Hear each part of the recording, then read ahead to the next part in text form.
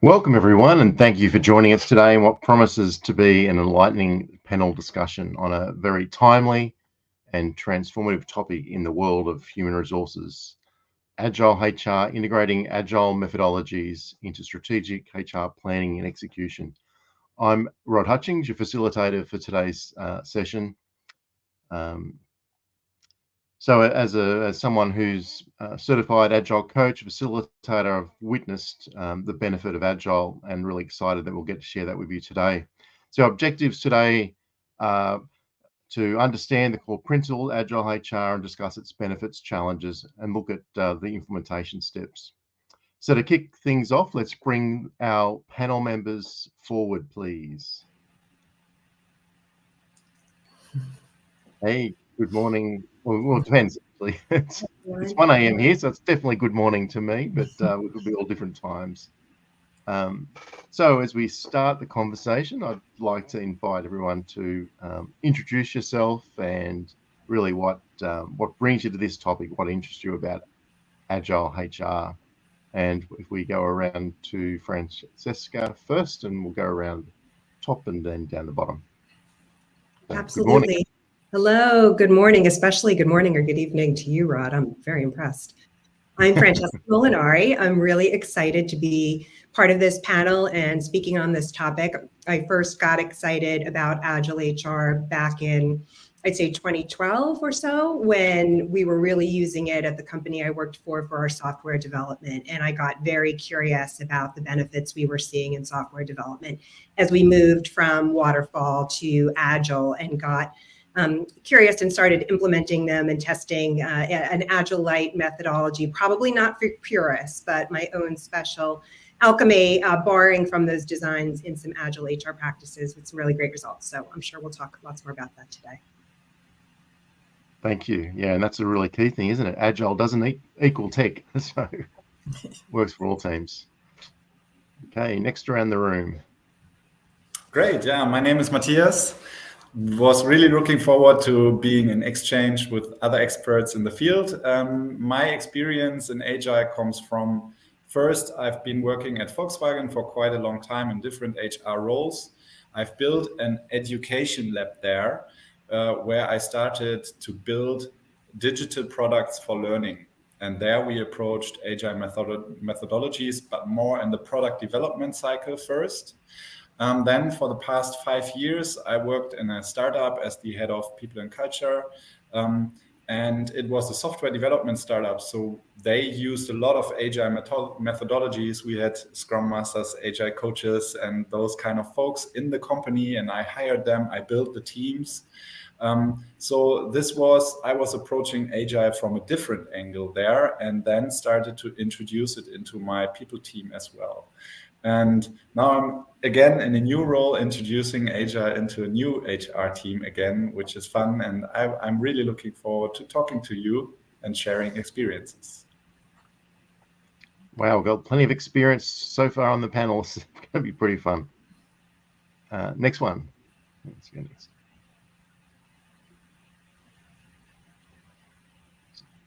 Is it Aura?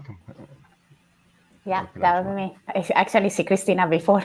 Hello, everybody. My name is Aura Hewitt, and super excited to be here with my fellow panelists and learning with all of you. I work at Lactalis, and I'm the HR manager there. So my experience with Agile actually started back in 2007 or so, I would say. And then what I would bring to the panel is an approach from interdepartment agility and how it can help us not only like with project management execution as well as project integration and strategic planning, as well as some practice in HR. So super excited to learn with all of you. Thank you. Thank you and welcome. And last but not least, Christina. Hi. Hello, everyone. Great to be on this panel today. I will say Agile HR is something that's near and dear to my heart. I am currently the Global Chief People Officer for Oliver Agency, which is a marketing agency. And I have had the opportunity to be instrumental in several transformational change projects and initiatives. And without implementing it through Agile HR, you just can't be successful. And so it's something that I love to do and really gets me energized. And so happy to have this conversation with this great panel today. Excellent. And thank you. So as we dive into the conversation, if there's people that are live and want to leave comments in the chat, we'll try and incorporate that as we go as well. So we'll try and make this as collaborative as we can as we go through. So to start off, I like to start off a good panel with just let's frame what we're talking about. And if we could, the first question is just how do we define Agile HR and what distinguishes it from traditional HR practices? A nice sort of simple framing question just to get us going. Who wants to have a go at that? I can start by taking a very easy approach here, which is instead of long-term planning, you have much shorter cycles. This is something that's part of Agile and what you can introduce into HR practices as well. And this is just a starting point, I would say, but a very important part to start with. Mm-hmm. Thank you. I can add to that. I think with Agile HR, it gives you the opportunity to really make impactful changes in an organization because it's very responsive to organizational needs as opposed to responsive to sort of currency within an HR community. That you do have the opportunity to get the feedback from an organization and respond to specific needs as opposed to more generalized. Thanks, Christina. Yeah, fully agreed with both of those, and I'll add on. I've used small cross-functional teams that are really empowered to make decisions. So big emphasis on cross-functional, not HR sitting around the table talking to HR. Really rapid iteration with a lot of customer. When I say customer, that's whoever your end user of your process or service or stakeholders are. And then really the whole goal is to build something sooner, to deliver value sooner, something people can get their hands on. So smaller incremental units of value being delivered much quicker than in traditional development of HR processes and programs. Excellent. Awesome. I will add one part that differentiates Agile HR from traditional is the flexibility. And I will say the self-reflection. So my fellow panelists spoke about the shorter approach, incremental approach, but how we can go back and assess, what is happening, how can we improve, and you're going to hear a lot from process improvement and continuous improvement to make it better next time or to move to the next step. So I would say it's short steps and moving quickly to resolve situations for organization and for teams. Yes, I would add to that. I mean, that's perfect, Aura. I think sometimes the conceptualization of Agile HR is that it's all about speed, and speed is certainly a component of it, and that's kind of the derivation of that word, but also being responsive and as Aura said, like evaluate. There's an evaluative process, there's an iterative process to it to make sure that it's not just fast, but it's also right and meaningful. Yes, basically, it's the most important thing I think is to develop a mindset, an agile mindset. Absolutely. That all these things that we just mentioned are part of a bigger mindset. You can implement a lot of tools and methodologies, but still you aren't really agile from how you approach things. So I think getting it right from the mindset is the most important part. Yeah, we've covered lots of elements there: short and sharp mindset, probably feedback, cross-functional. So I love the start we've given to this. So if you're a HR department and this is new to you, how do you consider integrating Agile approaches, mindsets, and what's the key benefits for departments or HR leaders to go down this path? What's your thoughts on that? I would say think in terms of what the business needs, as opposed to what is HR currency, because because you're moving quickly, it's important that what you're doing is specific and iterative, and not again more generalized. So I think that's one component of it. And the other piece is I think a really important component is to follow a structured process. And there are various stages that one can adopt, within their structure. Kind of the standard or typical is like 5-6 stages of starting with planning, then designing. You have a development process. You're testing along the way, and then deploying. And really, very importantly, you review afterwards, as Aura said, review. So I would say establish up front what that structured process is going to be, and be sure to follow that.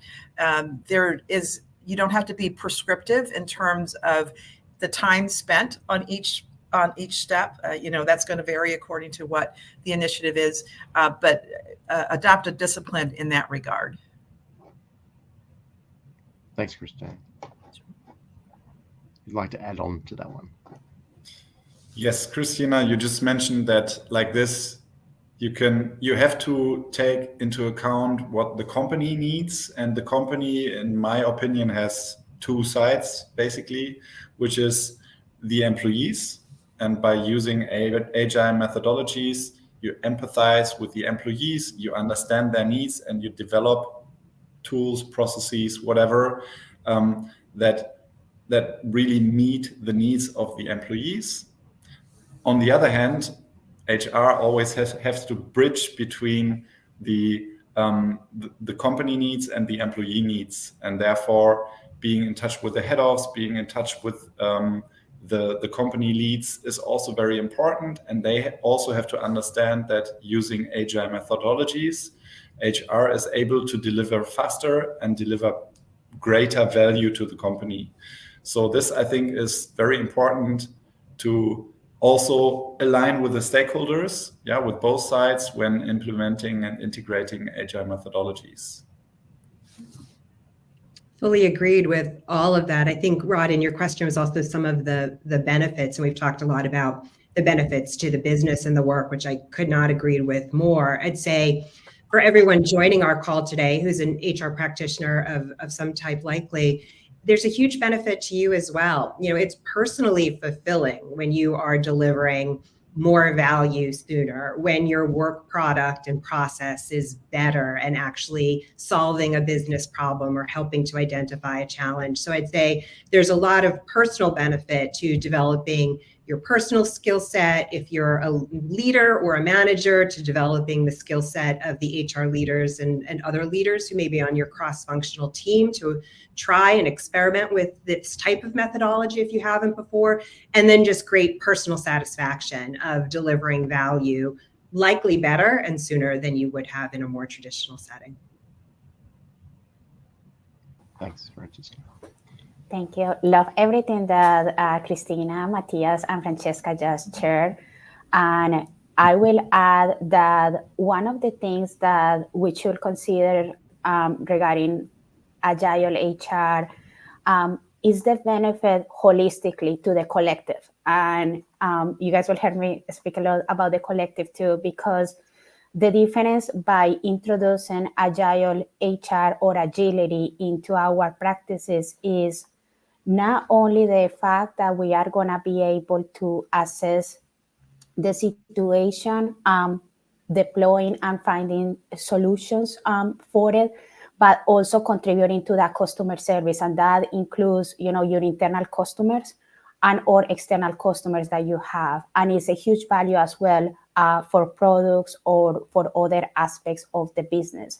So at the end of the day, it's a huge win And I want to piggyback on the 3 concepts that my fellow panelists shared here. So Christina mentioned focus on the business needs. That is super important. We need to start with that. If we don't know what is the need, trust me, we're going to get nowhere.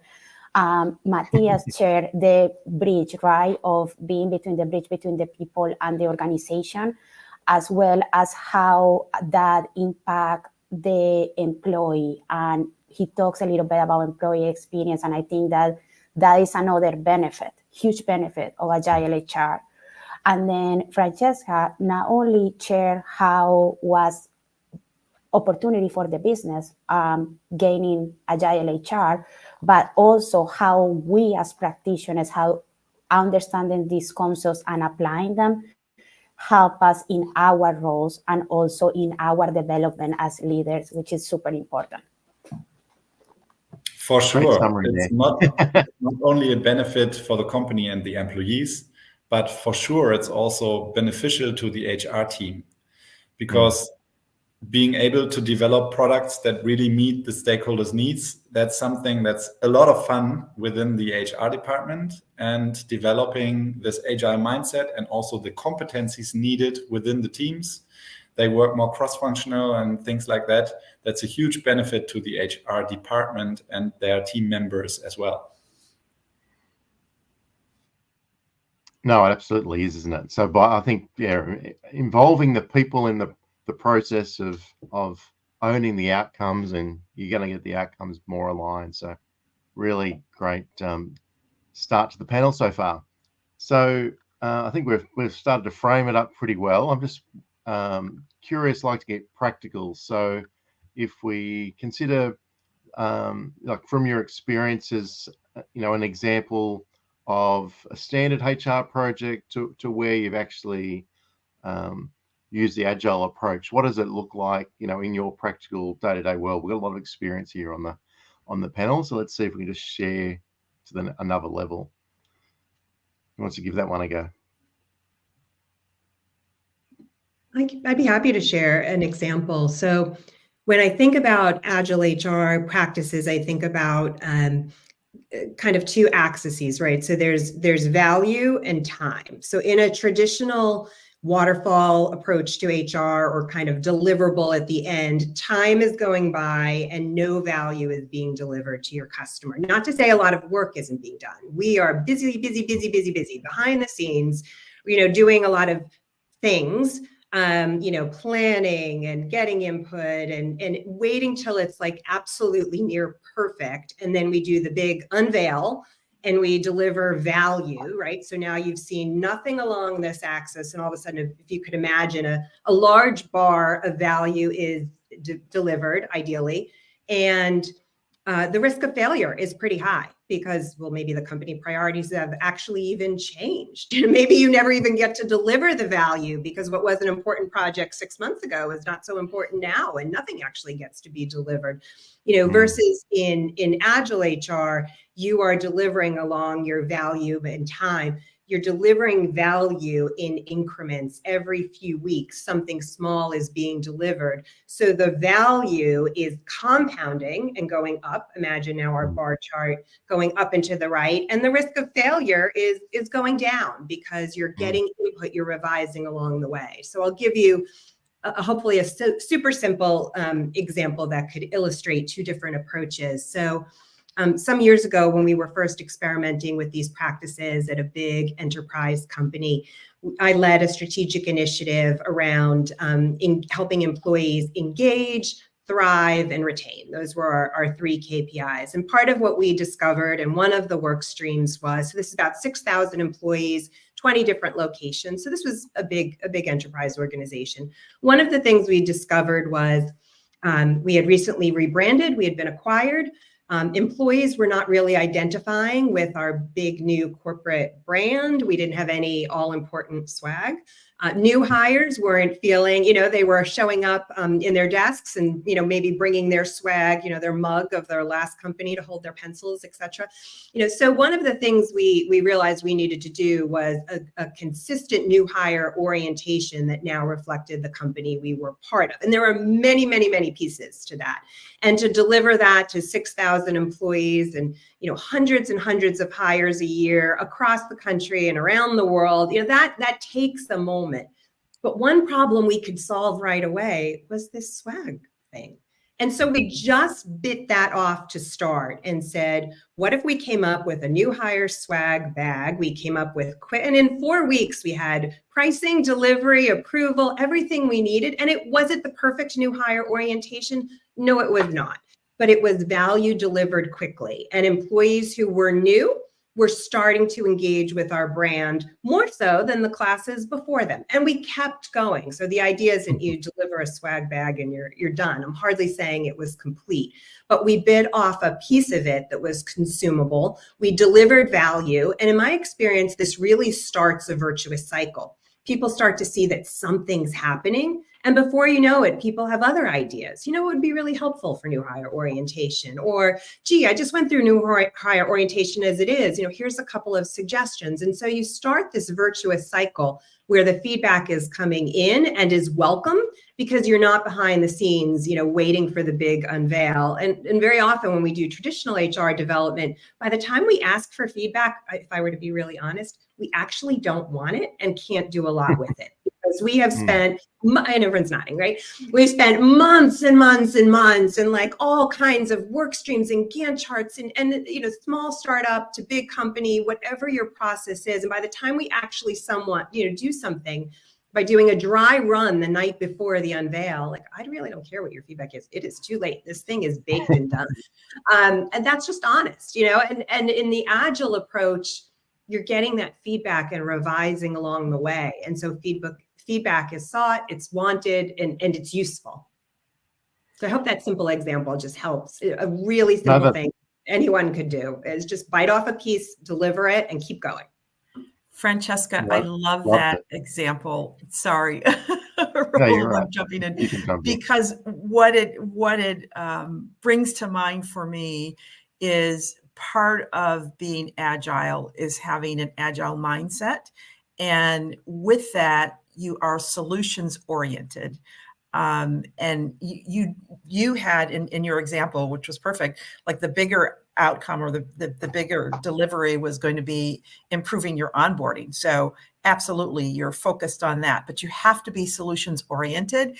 And if you are just singularly focused on that big deliverable, that big outcome on the end, you won't be able to come up with just sort of quick hits, I call them, along the way. So think about solutions that you can deliver along the way while still focused on that large outcome of, the enhanced onboarding. So I love that example.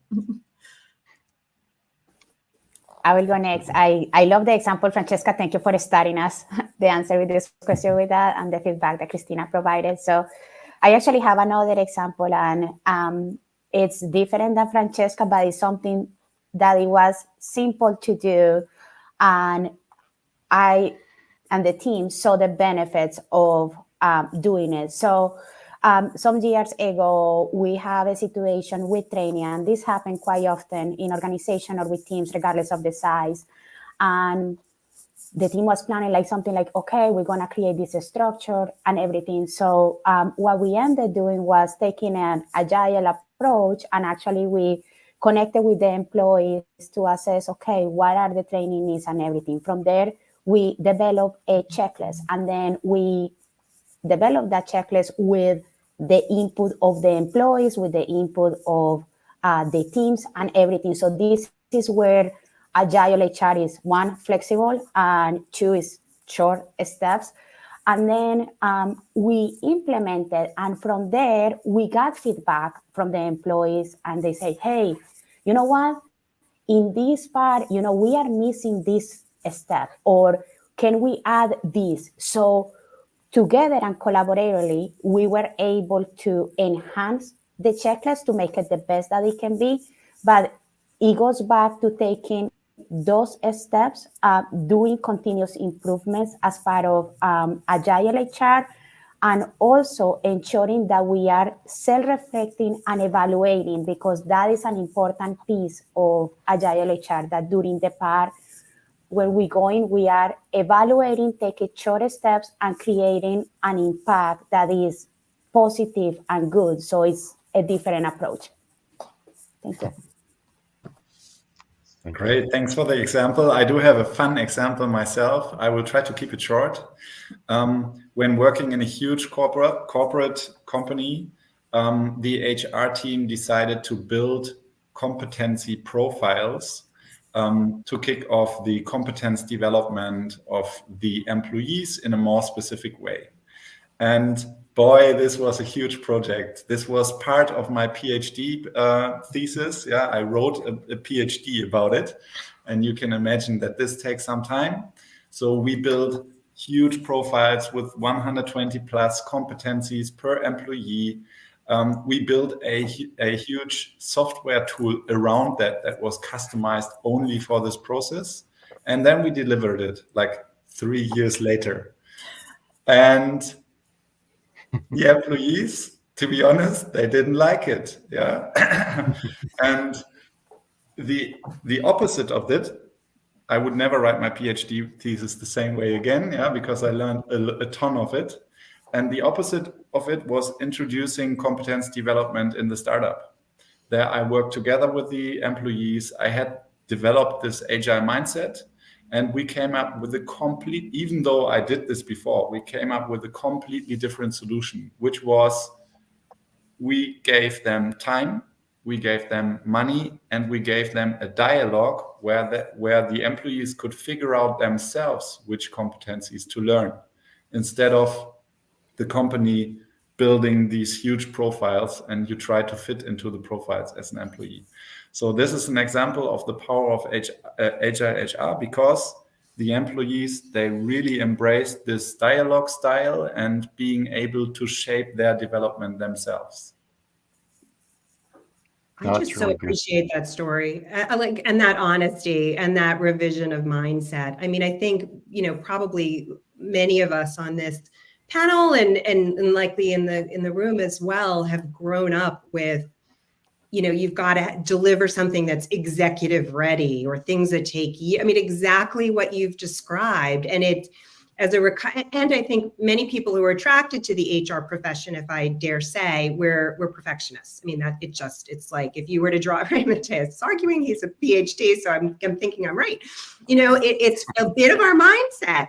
And, as a recovering perfectionist that has to practice this every day, it is not only personally freeing to kind of say, I don't need to deliver perfect, and I don't need to spend 3 years at 120 competencies per person. Like, even when you say that out loud, Mateus, I'm sure you even chuckle a little. Like, do any of us have 120 competencies? I don't know.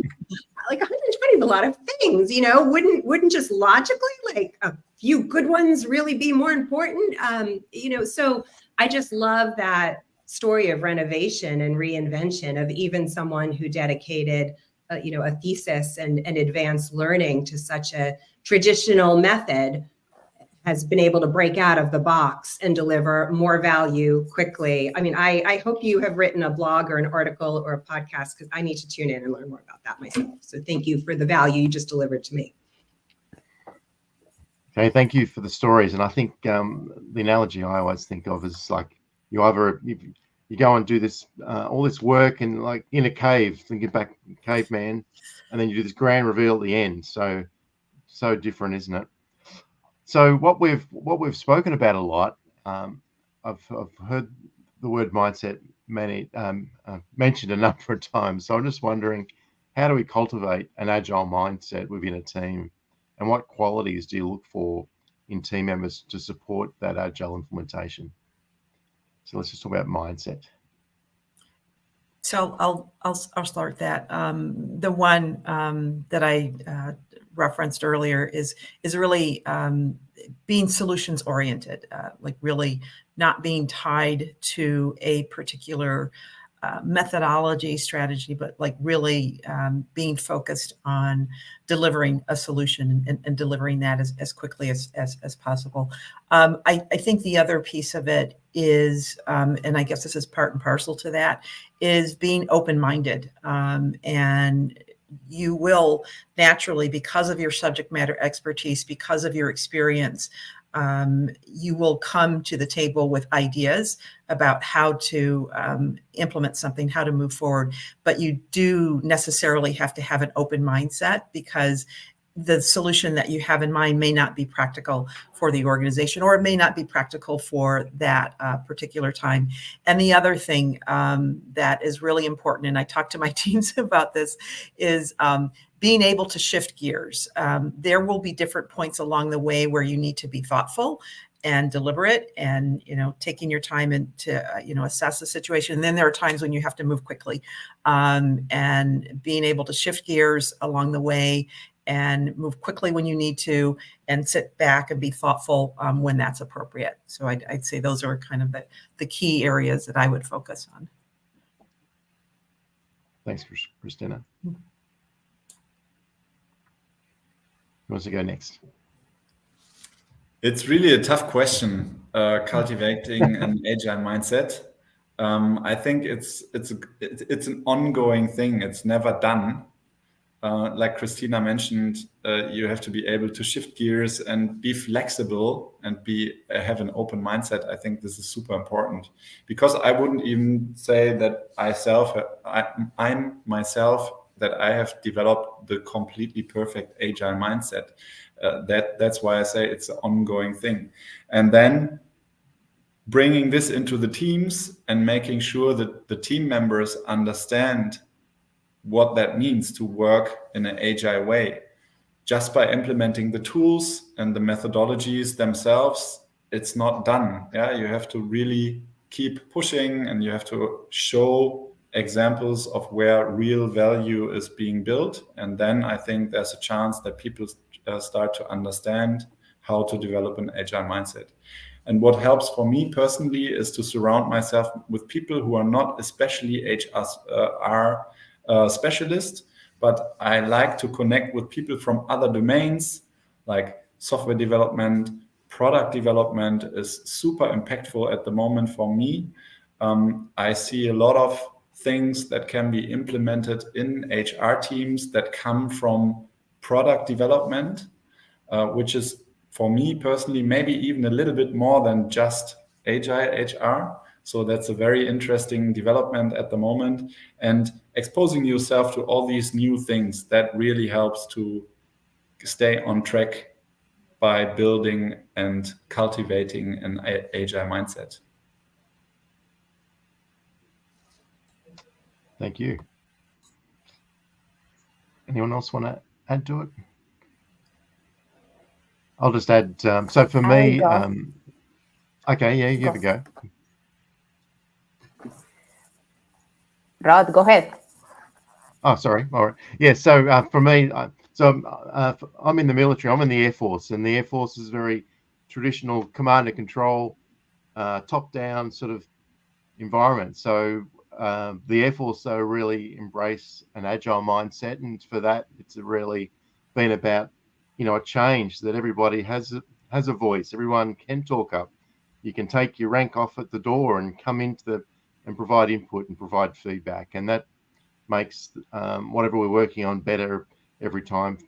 And whether that's better around safety, whether it's better around flying, it makes such a difference by planning as a group what you're going to do, executing whatever that mission is, getting feedback, and everyone having a voice in that feedback. That makes a better outcome for the team. But it is a very different way than probably how the Air Force, worked in World War II, for example. But yeah. All right, so maybe we'll move on from there. I'm just wondering. So we've spoken a lot about what Agile is and how it's got these great benefits. Getting to benefits, though, sometimes we get challenges. So I'm just wondering, what are some of the key challenges when introducing Agile into HR, and how can we try and overcome some of those key challenges that you've seen from your experience? Who wants to be Sure, able I can. Christina, go first. Oh, Ladies no, first. I'm happy to go first with it. So, interestingly, sometimes the challenges reside outside of HR and not within your group and not within your department. It is within the broader organization. Sometimes there just isn't the organizational readiness for it. There is perhaps a lack of will or desire to embrace necessary changes that you can identify. And I mean, that could be for any number of reasons. It could be that the organization simply is not ready for change. It could also be the organization doesn't have a strong point of reference and they don't know really what great looks like in some areas. And so when you encounter that, I would say it's outside of the purview of kind of your domain. When you encounter that, it's, I think, important to just take the view that you're going to scale back a little bit, recalibrate, and meet the organization where it is. And you have to work to bring the organization along, as opposed to just forcing something that the organization simply is not ready for. I have encountered that in the past where it's the organizational readiness, not so much the team and its ability to deliver on Agile HR. Thanks, Christina. Sure. Who's going next? Anything else? Must be. I would, I'd add to that. I'm a big fan of what I call sneaky vegetables, which is if you've got little kids, or maybe you're like me and don't like vegetables, we sneak it into the food. So you might put it in, cut it up and put it real small in soup or something. And you eat your vegetables and nobody even knows they're there.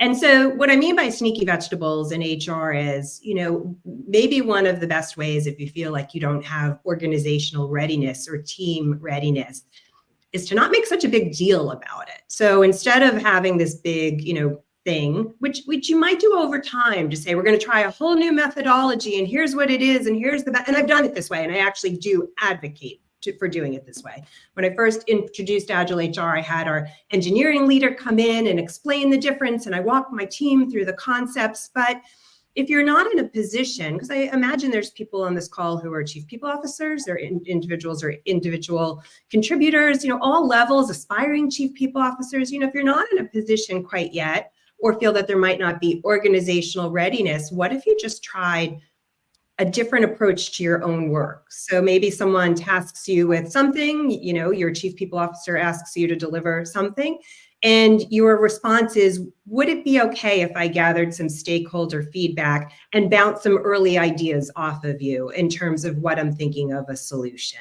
And can I do that in the next 3 weeks? Assume it's a good size project.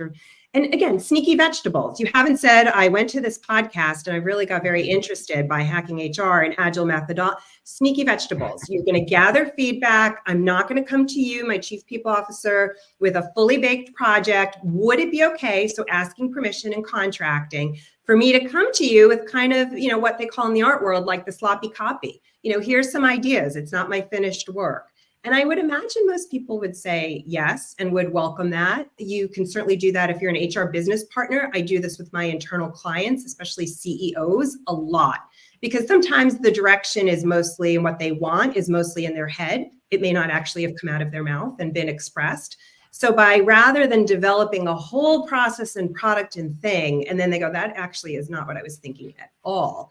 In 3 or 4 weeks, come back and say, I've gathered some input. Here's what I'm thinking. What are your thoughts? Let's iterate and revise based on this.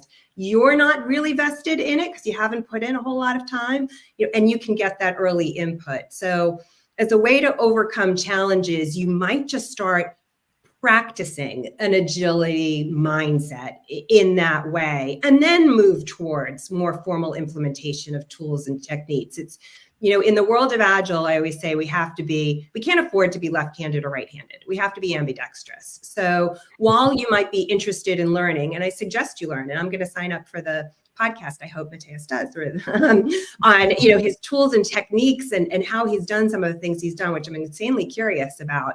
do all that. But at the same time, like today, it's early in most of the world. You have an opportunity today to just go and say, could I come back to you in a few weeks and give you a few ideas? Just try practicing the Agile mindset, I think, is a really good way to start to overcome challenges and start to break down boundaries for a new way of thinking. Just try a new way of delivery and see how it goes. I love the sneaky vegetables. That's very good. I think I'll do a LinkedIn post and I'll try and get a sneaky vegetable picture. Please do. Love the sneaky vegetables. That was awesome. I would say like some of the challenges with Agile HR and with any type of Agile methodology would be silo mentality, right? That will be one that if we are so focused in one department or in one area or in a way of doing things, that can be a challenge or a roadblock.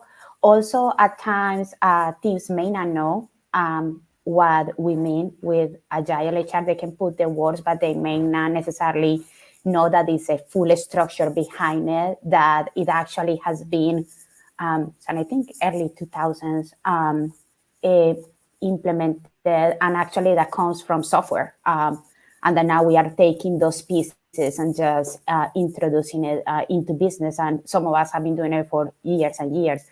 So I think that the way to overcome some of those challenges, like in terms of the business and the people, is one is you understanding where people are and then being able to articulate their language. So for example, if you are connecting with people in finance or other department, like know the business you are in, know the department that you are in, know the people in it, and then start doing like daily approach of how you can use Agile within your role or within what you do or how you influence as well. The other thing is getting exposure. I think the more exposure we get, the brighter we become, right? So for example, like here, this panel, right? I have pretty much like 40 minutes of a huge new learning that I'm now automatically, and all of us become brighter because we getting insights from other leaders here. So I'm learning lots from Ro, from Francesca, from Matthias, from Christina. So am I ever gonna get the experiences they have? No, it's no way. Like they have their own experiences and their own also like other type of exposures. But in these 40 minutes, what they have bring here and how they have enriched us, it's like, okay, now we are brighter. So I would say like getting more exposure to other things, like, and learning. I would say continuous learning. And this goes back to the having a mindset that is, Christina brought this early on, focus on solutions, focus on continuous improvement. How can we do this better? And I would say the other one will be listening. I know that if you ask people, are you a good listener? Everybody leave their hands and say, oh yeah, I'm awesome and amazing.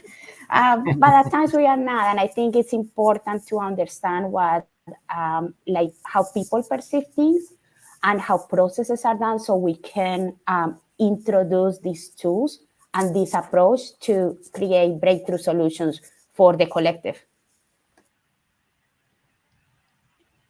Thank you. I think we've answered that question really well. I think what I heard was that, in summary, would be like a key challenge is introducing the Agile methodologies to HR. It's just a lack of potential organisation readiness, and and a way is to overcome that was just small bits, sneaky vegetables, pilot projects, just to get familiarity, get it rolling is a really good thing.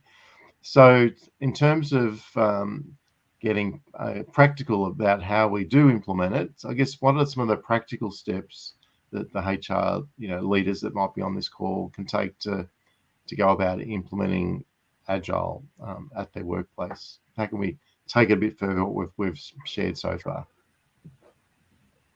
Sure. If you want me to start, then there's also a great question from Mariella in the chat, which also addresses this. I will share some of my personal insights. So implementing Agile, for me, it really helps to implement a process.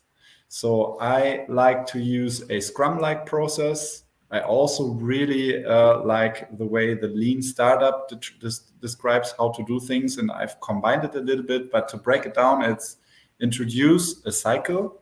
For me, 3-week cycles work very well, where you start with planning. So instead of having a huge strategy for 2 years or something, you break it down into 3 weeks. What can be done in 3 weeks? And you plan for these 3 weeks and you refine what needs to be done there.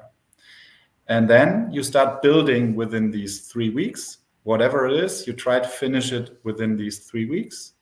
And of course, you need to receive feedback from people who will use the product, the process, the tool, whatever you're building in these 3 weeks.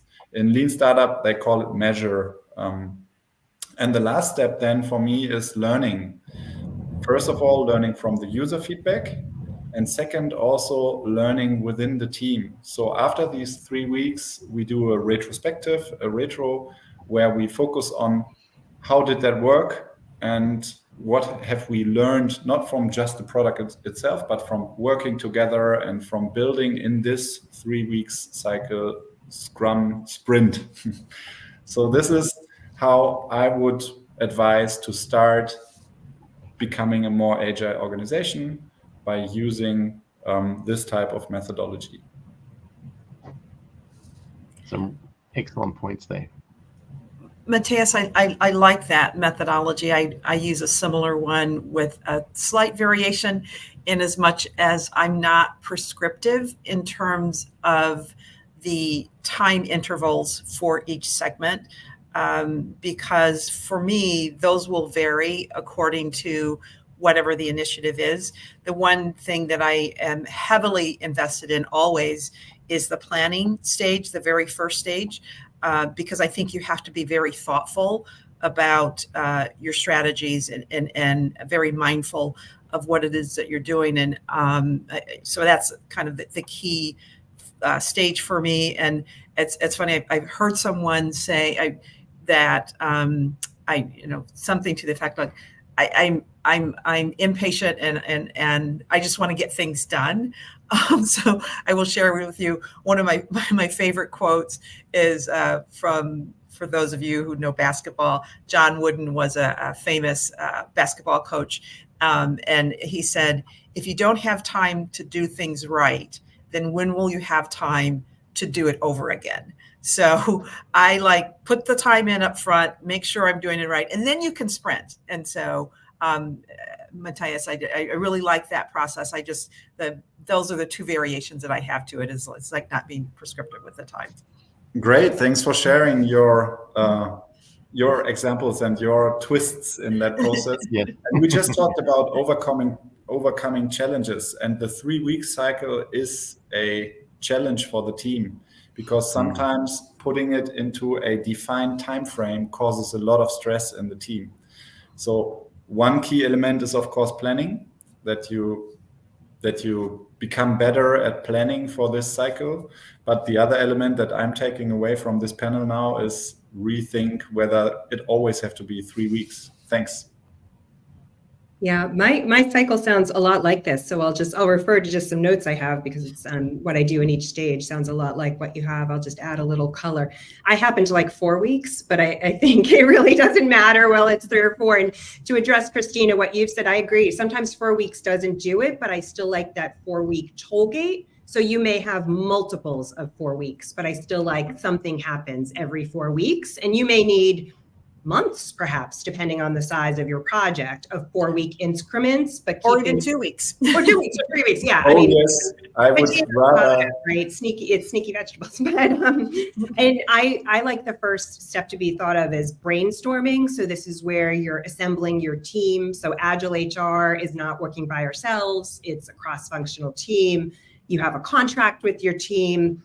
You develop a business case for whatever problem you're trying to solve. You develop a problem statement, gathering data around how do we know we have a problem? How do we scope it? What would a solution look like? Can we measure that yet? A strategic vision, what's the current state? What is the future state? Now, you're not putting a whole lot of detail. You have, and it's important in step one, you're not solving the problem, but beginning to dream a bit about, now we have no new hire orientation, or we have an outdated one that no longer, it affects our new combined business. In the future, our employees are onboarded in the following way. They feel inspired. They understand the company history. It's no more detailed than that as a specific example. You are developing your initial KPIs. And I keep using the word initially very intentionally, because Agile means you're revising.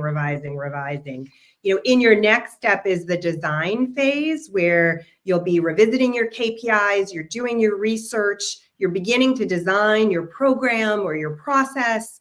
You have a project summary that you would develop. You may have an initial prototype. It could be on a piece of paper or on the back of a napkin, but you're beginning to have a feeling of what this and giving a framework to what your program or process. And again, I like this, few week sprint with a toll gate, and you can lather, rinse, repeat a few times over in the design phase, depending on the size, the scope, the expense, technology that may be needed. In development, you're starting to demo what it is, you're getting feedback. Pro tip here, involve your most curmudgeonly employees in this process. So as you think about your new thing that you're developing, who's going to hate it the most? Who's going to challenge? Which leader or employees are going to be? And invite them in early. Get their feedback. I would start all the way and brainstorm with, a lot of times we exclude the people who are the naysayers. I like to bring them right into the process up front and understand what their input is and make them a part of the process. Develop your release plan, your communications plan in the develop stage, and then finally, super quickly, you're releasing something, your program, your process, etc. You're getting support for it. You're making sure it's launched well. You're getting feedback, and then kind of back to stage one. So Agile is this continuous learning and improvement. It's not about delivering the perfect. So you get something out there, you try it, you learn, you get feedback, and you continue to iterate over time. So sounds very similar to what Christina and Matthias have described, but those are some of the specific outcomes I like to see in each of the steps that I've used in the past. That is awesome. Thank you, Christina, Matthias, and Francesca.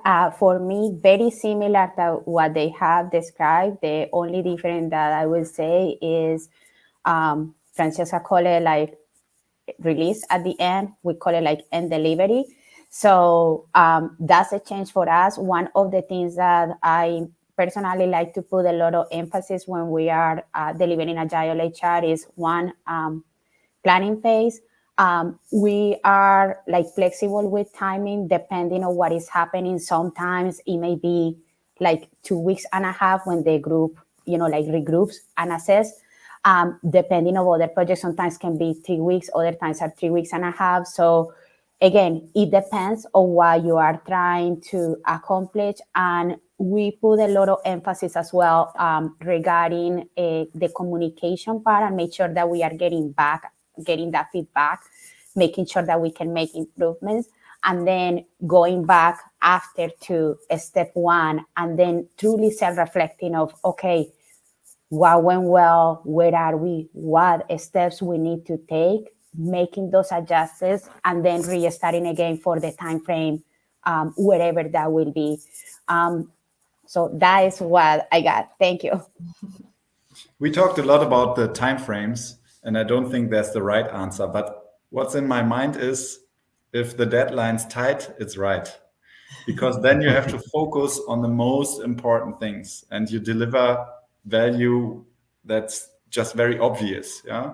And there's a question in the chat again. I really like that the audience is responding. Whether 3 weeks work in quarterly objectives. I've been there. Yes, it does, because you don't work in cycles of a month where you have 3 iterations, but by dividing it into 3 weeks, you have 4 iterations in 1 quarter. So that works well. But Aura just mentioned you can go down to 2 weeks. Then it's even better, yeah, because if the deadline's tight, it's 2.5. I haven't tried 2 weeks. 2.5. I think something really important for everyone to take away from, a panel called Agile HR is like, this is not about prescription. It can be 2.5, 3, 4, 4.5. Please don't walk away from this panel with that's what you heard is, I've got to deliver in X amount of weeks. There's a whole lot of it depends here. What is the business? What is the problem you're solving? How big is it? What's going on? I mean, there's so many deliverables, but I would say do walk away with the tight is, if it's tight, it's right. The idea here is not to have something, delivered in, not to have a first check-in, a quarter later or 6 months later or a year later. It's small, tight deadlines, appropriately sized and scoped for what you're working on in your business and your team.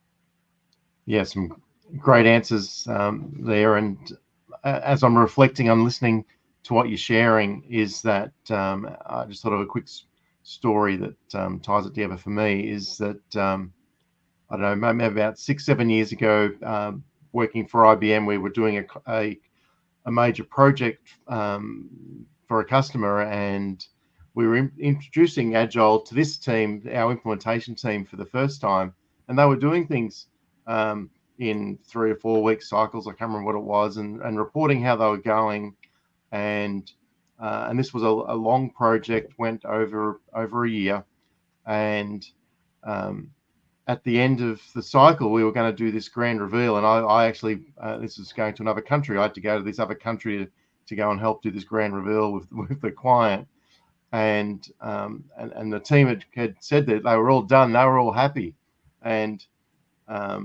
the reality is that what has been mentioned a lot of times is we need to use cross-functional. Cross-functional needs to go to that end customer. I really like that about who's going to hate it most type of thing.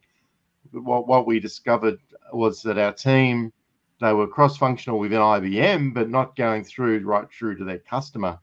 And so they had been iterating and changing what they were going to deliver without including the customer. So the grand reveal didn't go too well, is the short of that. So they were using all the process we spoke about, but that's a risk. You really need to involve cross-functional, who's going to use the product is really key. And that sort of brings me, like, I can't believe we've only got 4 minutes left. It's crazy. So maybe just really quickly then, so just taking a bit further on implementation is, how do you organize your HR teams to be agile? So does that change how you structure your team in HR? We can just have short answers to that question, please. For sure. Christina, go first. Again. Sorry, I would say I definitely want deep subject matter expertise. I want people who have a bias towards action, and people who are just essentially passionate about delivery. Thanks, Christina. So my answer is go T-shaped. That's in an agile environment, people need to collaborate and work together on different topics. So that's why I take an approach where I develop more generalist HR people in my team who then work together on different challenges. And by that, you develop a T-shaped competence profile where you have one subject matter expertise area, and then your profile becomes more broad by approaching very different topics. Yeah, even if you're a payroll specialist, you will work on the perfect onboarding experience in one of those agile projects. I would say I'm very intrigued by that as well. It probably would not change. It has not changed my org design or the roles, but it would change the type of profile, and has changed the type of profile I put in those roles, right? So I wouldn't advise we necessarily have someone on the team who's like the agile person and that's their full-time job necessarily. I mean, maybe in a I don't know, but at least in the groups that I've been a part of, I wouldn't change the structure. This becomes more a team norm, a way of working, and you're looking to develop that skill set within the team members, and as you attract on new people, to bring people who are bought into and predispositioned to being excited by this type of approach. So not the structure, but absolutely the mindset of the team, I think, can and needs to shift. I will say that for the question, that was a great question, by the way. I will say that similar to what they are saying, there are opportunities for us within the teams to introduce agility. And again, this is not applicable only to HR. I come from industrial and operations, so we use continuous improvement and agility all through other departments. So it's opportunity to shift the mindset and to start creating that shift within collaboration and exposure within the teams. And then the more that we can introduce this for the collective, the better that we at the HR department will be, as well as other departments and in general, the entire organization.